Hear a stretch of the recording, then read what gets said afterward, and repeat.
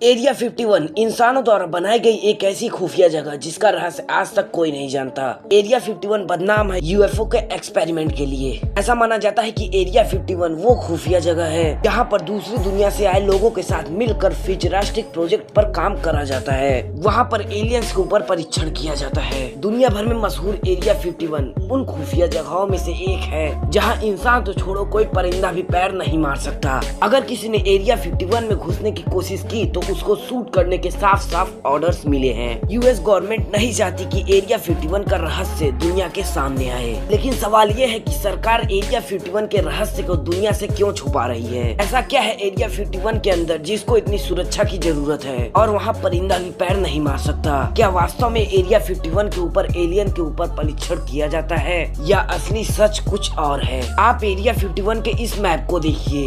ये जगह रेगिस्तान और पहाड़ के बीचों बीच है। यहाँ किसी का घुसना लगभग नामुमकिन है। अगर किसी को एरिया 51 में आना होगा तो उसे लगभग 250 किलोमीटर तक एक सुनसान हाईवे पर चलना होगा, जहाँ ना तो कोई पेट्रोल पंप होगा और ना ही कोई इंसान होगा।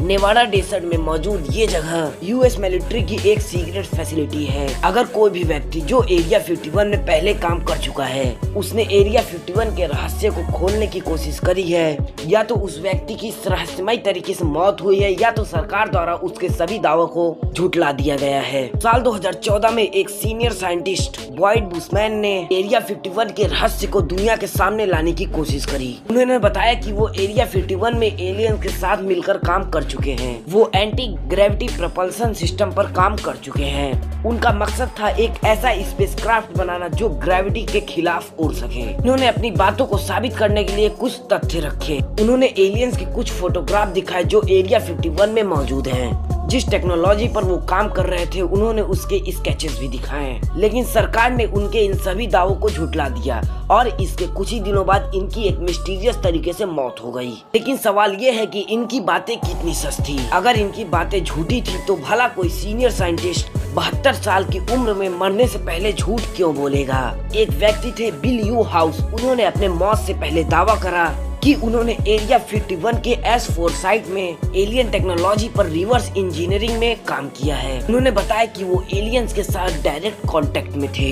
यू हाउस का कहना था कि एरिया 51 में एलियंस की यूएफओ मौजूद है जो एंटी ग्रेविटी टेक्नोलॉजी पर काम करती हैं।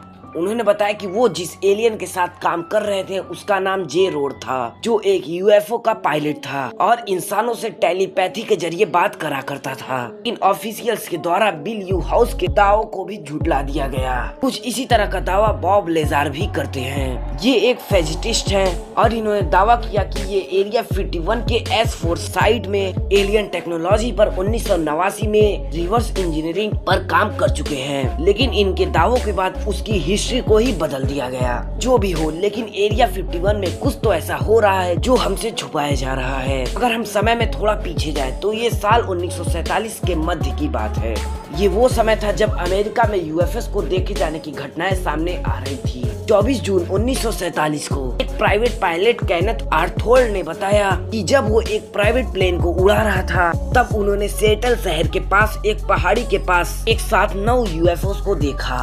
उन्होंने बताया कि वो यूएफओ एक डिस्क के शेप के थे और वो बहुत तेज की स्पीड से उड़ रहे थे। ये यूएफओ को देखे जाने की इतिहास की सबसे पहली घटना थी। इस घटना के करीब 2 हफ्तों बाद न्यू मैक्सिको में एक किसान मैक ब्रेजल ने यूएस मिलिट्री को इन्फॉर्म करा कि उसके खेतों में किसी अनजान चीज का मलबा पड़ा है, जैसी मार्वल, जो अमेरिकन एयरफोर्स में एक सीनियर ऑफिसर थे। वो घटना स्थल पर पहुंचे और उस मलबे को समेट कर वापस RAF के बेस में ले आए। इसके बाद यूएस मिलिट्री एक क्रैश रिलीज करती है जिसमें अगले ही दिन यानी 8 जुलाई 1947 को न्यूज़पेपर में खबर आती है कि रॉसवेल एयर आर्मी ने एक फील्ड में एक उड़न तस्तरी का मलबा रिकवर करा है और उन्होंने बताया कि एक तेज तूफान के जरिए वहां पर एक उड़न तस्तरी क्रैश हुई है। तो दोस्तों, आज की वीडियो में बस इतना ही। आगे मिलते हैं इस वीडियो के पार्ट 2 में। अगर आपको हमारी वीडियो पसंद आए तो वीडियो को लाइक कीजिए और चैनल को सब्सक्राइब करना ना भूलें।